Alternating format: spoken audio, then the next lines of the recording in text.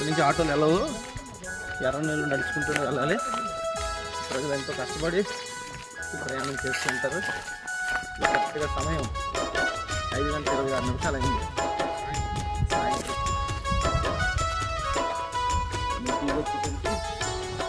చీకట్లోనే తిరిగి రావాలి.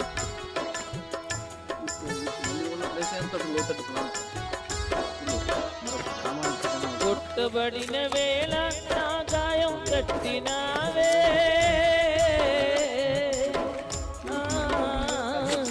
కొట్టబడిన వేళ నా గాయం కట్టినావే, బాధించిన స్వస్థపరచేది నీవే, బాధించిన స్వస్థపరచేది నీవే.